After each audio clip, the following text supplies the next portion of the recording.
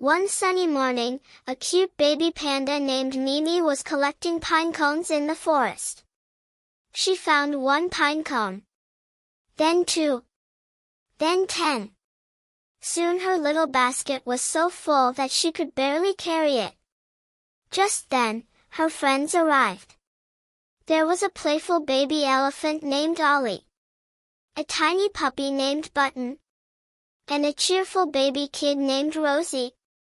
"Look at all my pine cones," Mimi said proudly. "Wow!" Rosie clapped. Button sniffed the basket. Sniff! Sniff! Woof! Ollie peeked inside. Then something strange happened. At the bottom of the basket was a tiny golden whistle. "Where did that come from?" asked Rosie. Nobody knew. Mimi gently blew the whistle. Toot! Nothing happened. Then the ground began to rumble. Rumble! Rumble! Rumble! From behind a hill came a tiny train. It was made entirely of pine cones. Pine cone wheels. Pine cone seats. Even a pine cone chimney. Puff! Puff! Tiny clouds of sparkly dust floated from the chimney.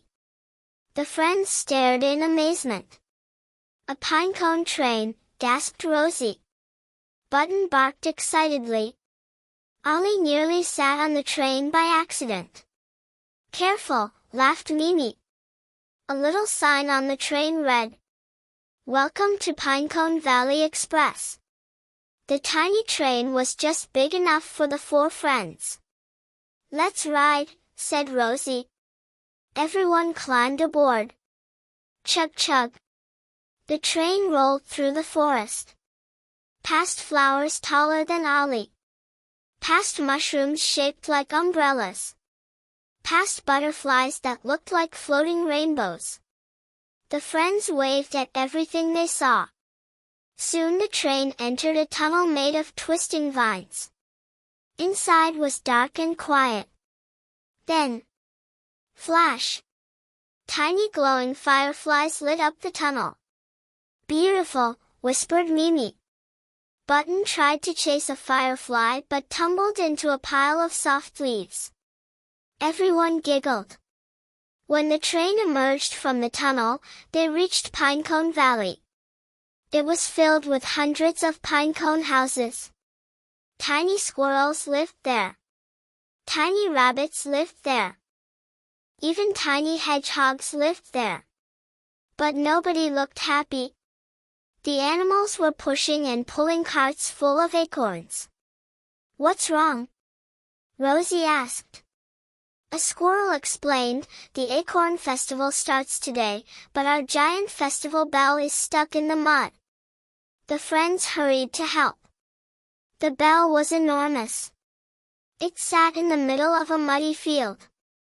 The animals had tried everything. They pushed, pulled, tugged. Nothing worked. "We can do it together," said Mimi. Ollie wrapped his trunk around the bell. Rosie pushed with all her might. Button barked encouragement. Woof! Woof! Woof! Mimi helped guide everyone. 1, 2, 3. Pull!